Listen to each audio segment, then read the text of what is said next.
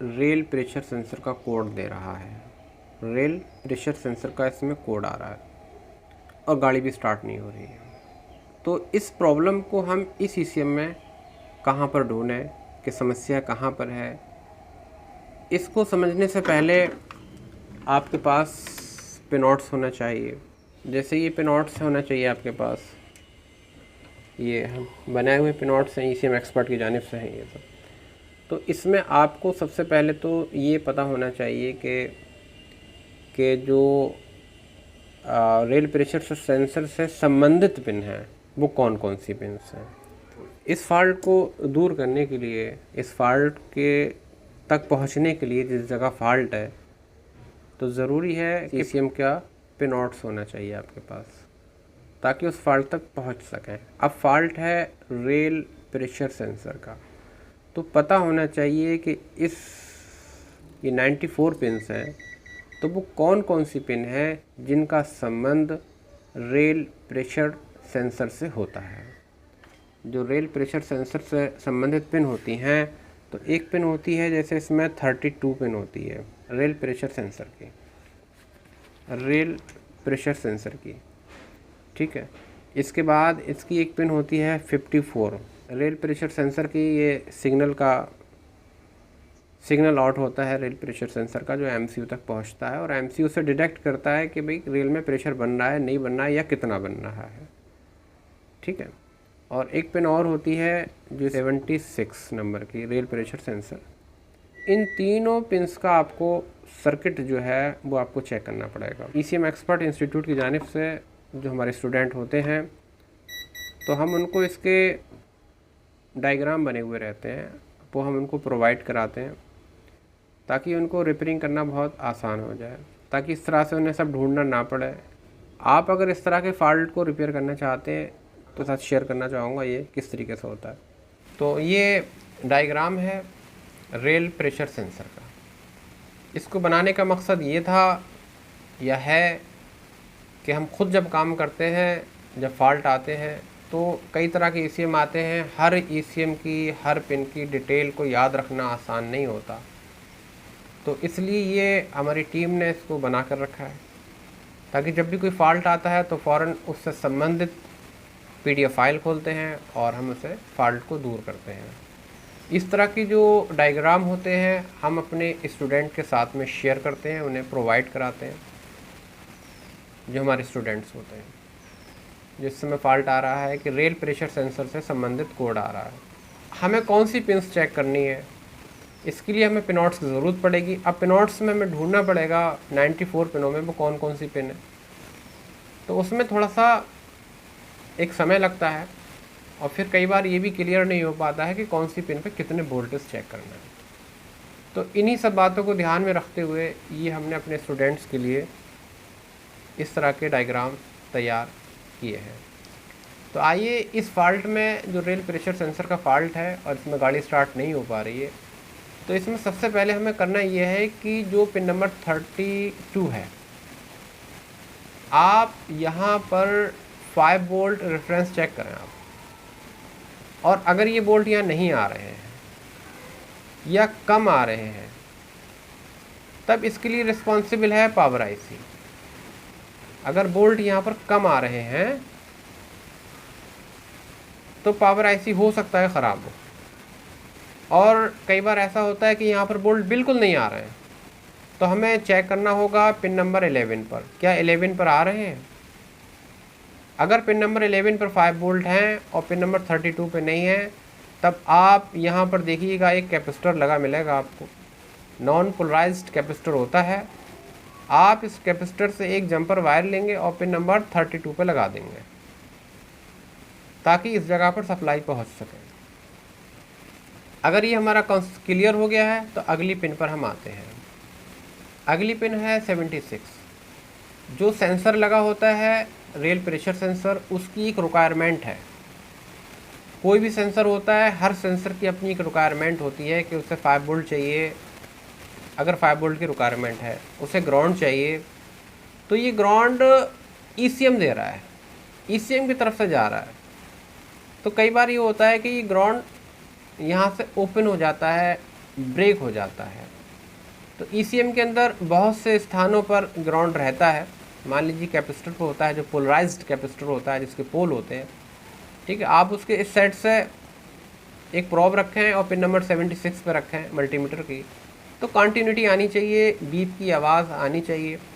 अगर बीप की आवाज़ नहीं आ रही है 76 पर ग्राउंड के साथ में, तो इसका मतलब है कि सेंसर को ईसीएम की तरफ से ग्राउंड नहीं मिल पा रहा है।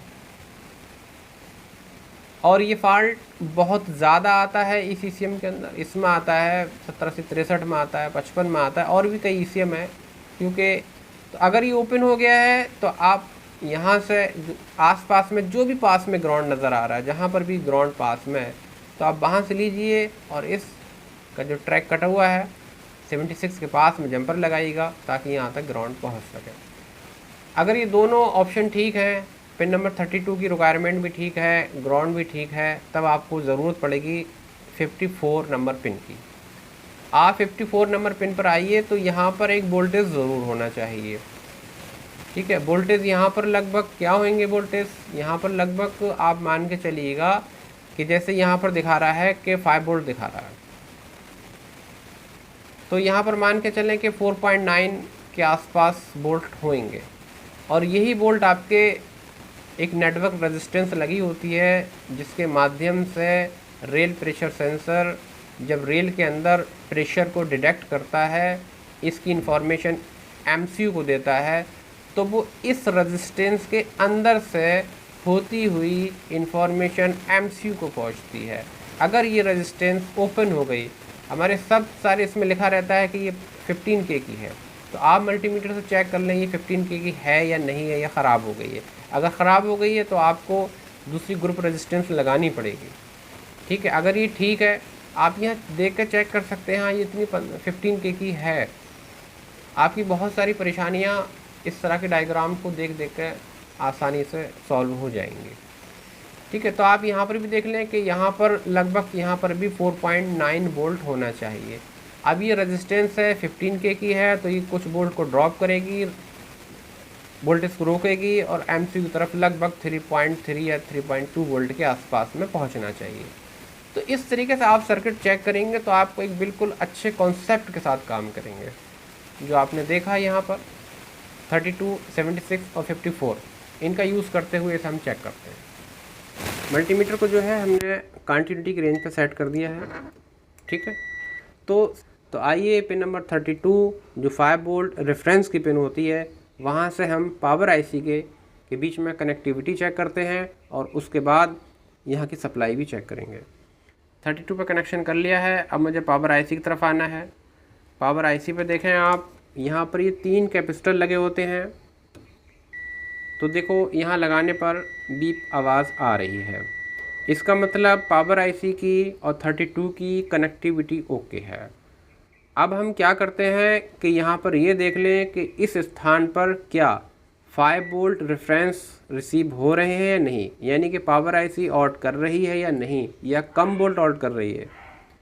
तो ये हम चेक कर लेते हैं। इसके लिए हमें ईसीएम को देनी होगी सप्लाई देने के लिए इस तरह का एक कनेक्टर बना लेते हैं। हम कनेक्टर बना लिया है, इस पर एक जोड़ रखा है, तो ये इसी को हम सप्लाई दे देंगे।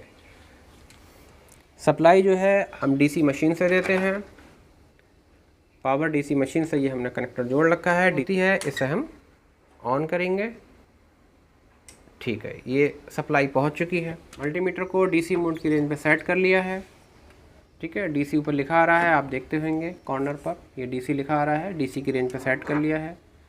तो आप चाहें तो इस स्थान पर एक ग्राउंड की एक वायर को कहीं पर भी आप ग्राउंड पे लगा लें, ये साइड से ग्राउंड रहता है।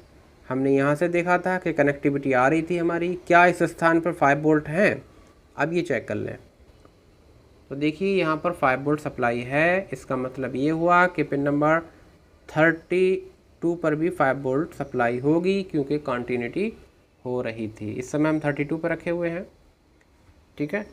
आप देख सकते हैं पिन नंबर 32 पर रखे हुए हैं और मल्टीमीटर पर 5 वोल्ट सप्लाई आ रही है। इसके बाद हमें क्या करना होता है, हमें चेक करना होगा सिग्नल वाली पिन 54 का मतलब हुआ कि पिन होगी ये वाली, और हमने बताया था कि यहाँ पर लगभग 4.95 वोल्ट के आसपास में वोल्ट रहते हैं। तो हम इस 54 पिन पर, ये 54 है, ये 51 होती है, 52, 53, 54, 54 पे प्रॉब रखी हमने ये, और एक प्रॉब ग्राउंड पे रखी। तो देखिए यहाँ पर भी 5 वोल्ट सप्लाई आ चुकी है। तो इसका मतलब ये हुआ कि सिग्नल वाली लाइन पर सप्लाई है, रेफरेंस वोल्ट हैं। अब हम ग्राउंड को चेक कर लेते हैं। सप्लाई हटा दी है और मल्टीमीटर को कंटिन्यूटी की रेंज पर सेट कर लें। ठीक है, बज़र की रेंज पर सेट कर लें, जो निशान ये बनकर आ रहा है। ठीक है, देखें आप इस तरह से ये रहा। सप्लाई हटा चुके हैं हम। पिन नंबर होती है, ग्राउंड की पिन है 76, और जब हम 76 पर आते हैं, जब हम 76 पिन पर आते हैं तो यहाँ पर आवाज़ नहीं आ रही है, यहाँ पर कनेक्टिविटी रिसीव नहीं हो रही है। इसका क्या मतलब हुआ कि इस पिन को ग्राउंड नहीं पहुँच रहा है। कि ज़्यादातर मोस्टली ये प्रॉब्लम इसमें आती है, इसमें प्रेशर का कोड बनने लगता है। मैं दूसरा बोर्ड उठा रहा हूँ इसमें समझाने के लिए कि देखिए यहाँ पर 4 कैपेसिटर लगे हुए हैं। Capacitor number 1, 2, 3, 4। ठीक है, आप ऐसे समझ लें कि ये पिन नंबर 73 है, 74, 76, 75 और ये 76 है। और 76 जो है वो इस चौथे वाले कैपेसिटर से कनेक्टेड है। और यहाँ पर ये वाला जो ट्रैक है वो बहुत बार देखा गया है कि यहाँ से कट जाता है, और जिसकी वजह से रेल प्रेशर सेंसर का कोड आने लगता है। तो अब हम क्या करेंगे कि इसके आसपास में जैसे हम देखेंगे कि ग्राउंड कहाँ पर है। तो ग्राउंड की जैसे ये आईसी है, क्रैंक सेंसर की आईसी है, तो इसकी 2 पिनें ये ग्राउंड की रहती हैं। आप चाहें तो यहाँ से वायर जोड़ दें। तो वीडियो थोड़ी सी लंबी हो रही है तो मैं आपको शॉर्ट करके बता देता हूँ।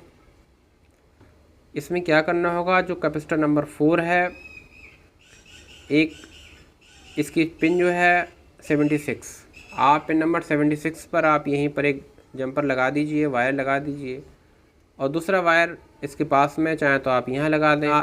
यहाँ पर ग्राउंड की पिन है, यहाँ लगा दें। आप जहाँ मुनासिब समझें आप वहाँ लगा दीजिएगा। फ़िलहाल पिन नंबर 76 पर ग्राउंड पहुँचना चाहिए ताकि सेंसर पे वो ग्राउंड पहुँचे और सेंसर अपना काम करे। तो इस तरह के हमारा पढ़ाने का तरीका होता है। हमारे जो डायग्राम होते हैं, चाहे आईसी के डायग्राम हो, इंजेक्टर आईसी के हों, एमसीयू के हों, इंजेक्टर सेक्शन के हों, तो ये हमारी टीम ने बड़ी मेहनतों से तैयार किए हैं ताकि हमारे स्टूडेंट इसका फ़ायदा उठा सकें। तो जो भाई एडमिशन लेना चाहते हैं तो वो हमसे रब्ता कर सकते हैं, और इस तरह के पिनोट्स, डाटा फाइलें, डायग्राम आपको हमारी तरफ से बग़ैर किसी चार्ज के फ्री ऑफ कॉस्ट प्रोवाइड करवाए जाएंगे। आज की वीडियो बस यहीं तक। नेक्स्ट किसी दूसरी वीडियो में जल्द मुलाकात होगी इंशाअल्लाह ताला।